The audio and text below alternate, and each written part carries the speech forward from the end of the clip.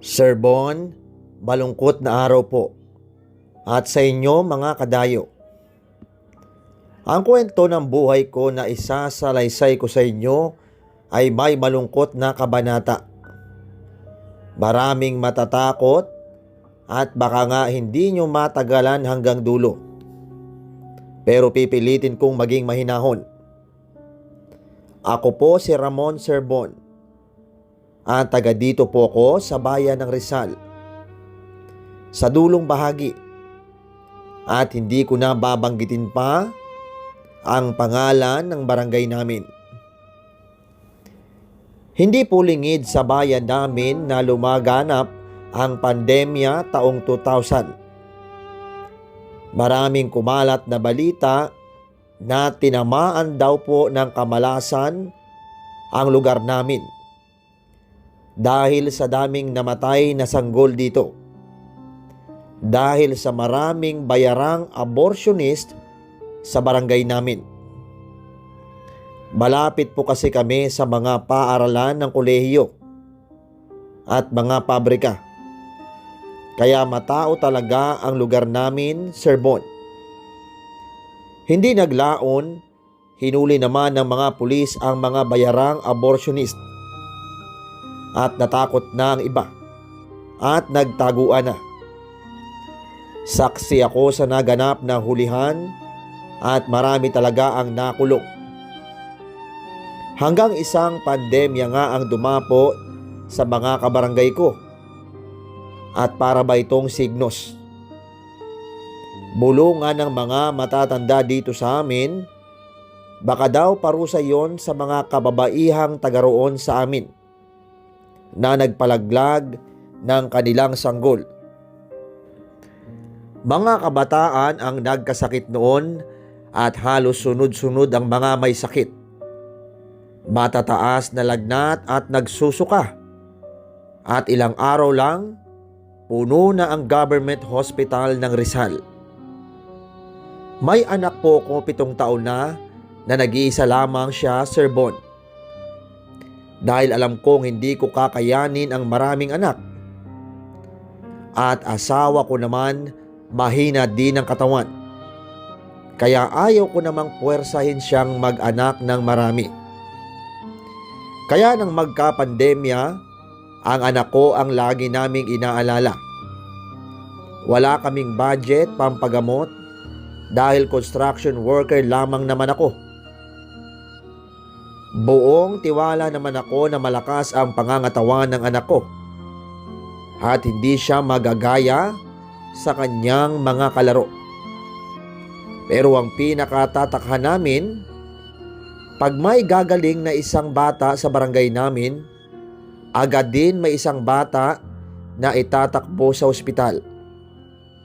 At ganun ulit, may lalabas na batang pasyente at may itatakbo kinabukasan din. Natatakot na ang mga kabarangay ko. Ang mga albularyo ay nagbigay ng babala na para daw may masamang omen o kamalasan na tumama sa aming barangay. At iisang kanilang hinala dahil lumaganap na aborsyon sa bayan namin. At ang pinakamaraming abortionist ay nakatira sa barangay namin.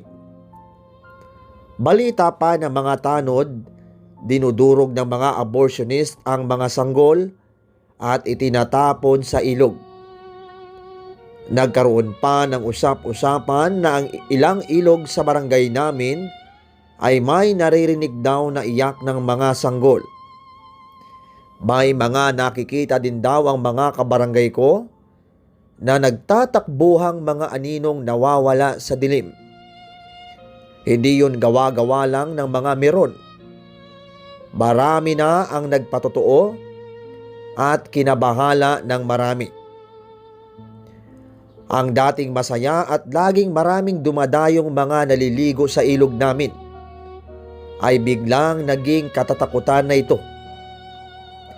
Kumalat ang balita hanggang kabilang barangay at kinatatakutan na nga ng nakararami. Lahat nga kami ay nagpanik, Sir Bon. dahil ang anak ko ang iniisip ko. At hindi nga ako nagkamali.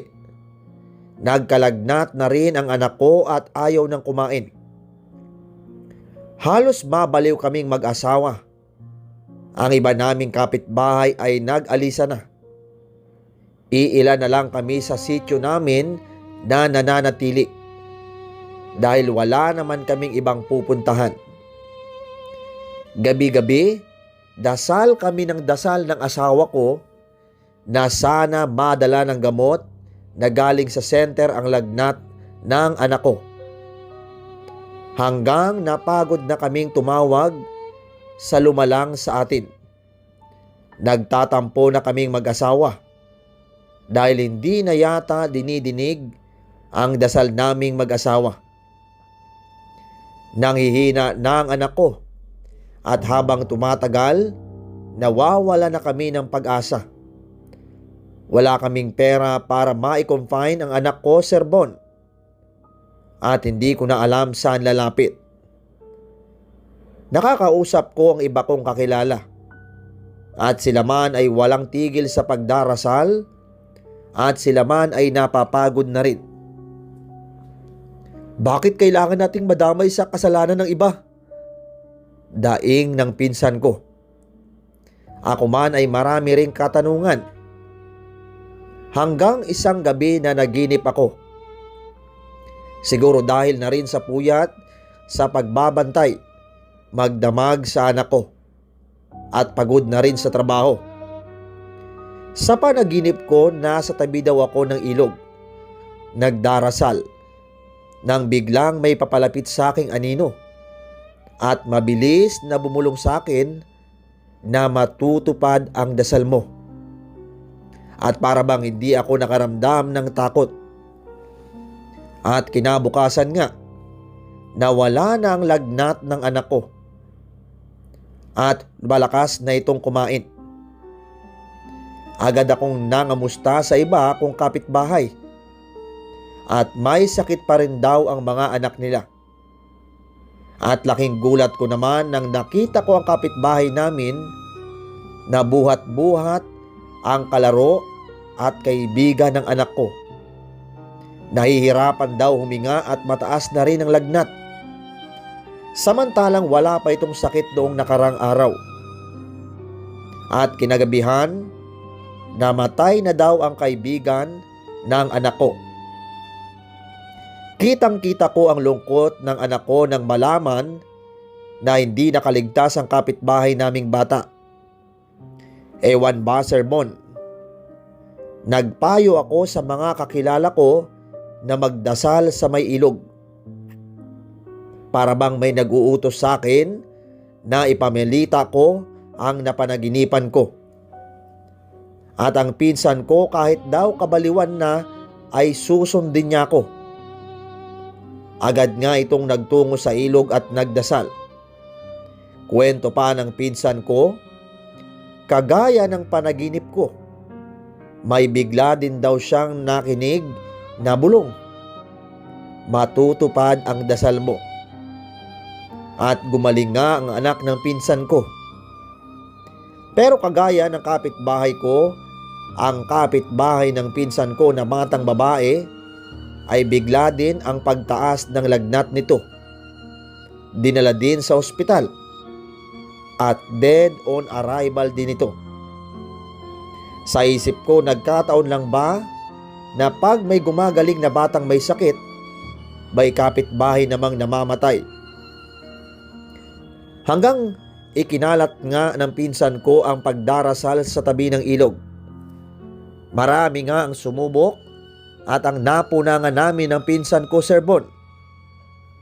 Pag may gumagaling, may namamatay naman. Sabihin na nilang makasarili kami. Pero pandemya na ang kalaban namin. Hindi namin kayang kontrahin ang nagaganap. Hindi naman kami immortal na masasagot ang dahilan kung bakit ang mga nagdasal sa may ilog na naligtas ang mga anak ay may kapalit na buhay ang bawat dalangin nila. Hanggang pumasok sa isip ko baka may kung anong nilalang sa ilog na sinasamantala ang aming hinaing. Nakakatakot man, baka isang demonyo ang tumutupad ng dalangin namin. Naging palaisipan nga sa akin ang lahat, Sir Bon. At hindi ko ito masabi sa asawa ko dahil ayaw kong mapalitan ng lungkot ang saya nito. At gumaling na nga ang anak namin. Isang umaga nga pinuntahan ko ang pinsan ko at sinabi ko ang aking iniisip sa nangyari. Pero ang sagot niya, wala na daw siyang pakialam. Basta daw gumaling na daw ang anak niya. Sinabi rin niya sa akin na marami pa rin ang nagdarasal sa may ilog araw-araw. At muli, may nababalitaan daw siya na may namamatay na namang dalagita sa kabilang barangay namin. Nakaramdam tuloy ako ng awa sa mga namatayan at sinisi ko ang aking sarili kung bakit nasabi ko pa sa pinsan ko ang aking panaginip. Nahalata tuloy ako ng asawa ko at bakit daw parang malalim ang iniisip ko. Wala pa rin akong sinabi sa asawa ko. Pinilit kong sarilinin na lang ang lahat. Nakiramdam nga ako kung may kagaya kong nakakahalata na sa nangyari. At ang albularyo nga sa barangay namin ay nakiusap ako. Nabalitaan daw kasi niya na ako ang kauna-unahang nagdasal sa ilog galing sa panaginip ko.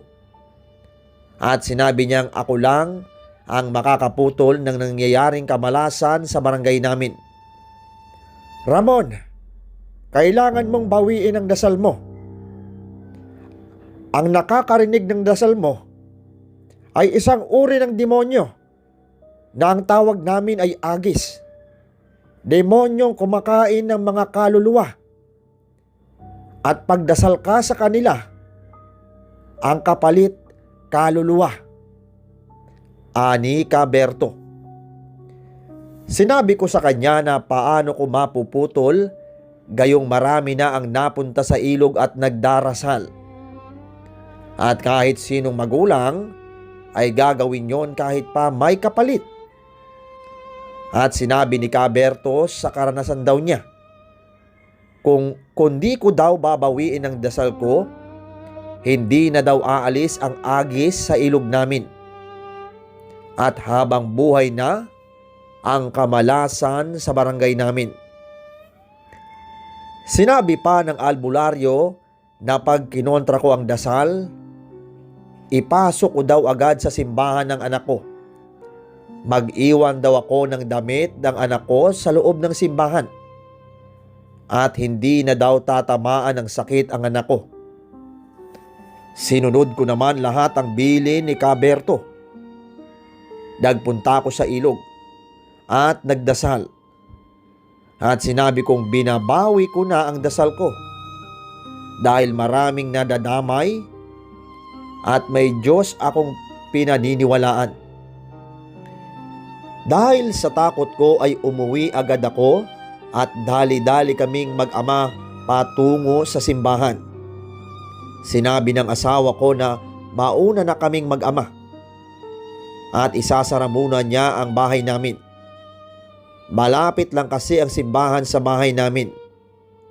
Agad nga kaming mag-ama na tumakbo sa simbahan. May dala akong damit ng anak ko at inilagay ko sa likod ng rebulto ni Mama Mary. Nagdasal ako at humingi ng tawad sa Diyos. Nagtatanong pa nga ang anak ko kung may nagawa daw ba akong kasalanan at sinabi kong meron. Kaya sinabi ng anak ko na mabait ang Diyos at mapapatawad ako dahil mabuti akong tatay. Sir Bon, wala na akong inisip ng oras na yon. Sabihin nating mali ang albularyo. Pero basta nakukonsensya ako sa mga namatay na kabarangay ko. At ako lang naman talaga ang nagpasimuno ng pagdarasal sa ilog na yon. Hindi na nga namin nahintay pa ang asawa ko. at nakasalubong na namin ito. Bumalik na rin kami sa bahay at nakiramdam. Nagsadya din sa bahay si Kaberto at kinamusta kami. May mga ritual din itong ginawa sa anak ko. Pinuntahan ko naman ang pinsan ko at sinabi kong gayahin ang ginawa ko. Pumunta sa simbahan namin at humingi ng tawad sa Diyos at magdasal. Sinabi ng pinsan kong kalokohan daw ang ginawa ko. Ang mahalaga daw sa kanya ay magaling na ang anak niya. At magbabakasyon daw sila sa probinsya ng asawa niya. At wala na daw siyang pakialam sa sinasabi ko. Hindi ko na pinilit pa ang pinsan ko, Sir Bon. At lumipas ang ilang araw, nagising ang asawa ko na hindi makalakad. Umiiyak sa sakit ng tuhod. Sobra akong nataranta at agad tinawag si Kaberto at sinabing nagalit ang demonyo at ginantihan daw ang asawa ko. Tinanong din ni Kaberto kung ipinasok ko din ba ng simbahan ng asawa ko. At naalala kong hindi nga pala ito umabot dahil nakasalubong na namin ito sa daan. Nagsisigaw na nga ang asawa ko at para daw pinipilipit ang kanyang binti. Kaya tumawag si Kaberto ng kapitbahay ko at binuhat namin ang asawa ko at pilit na ipinasok sa simbahan.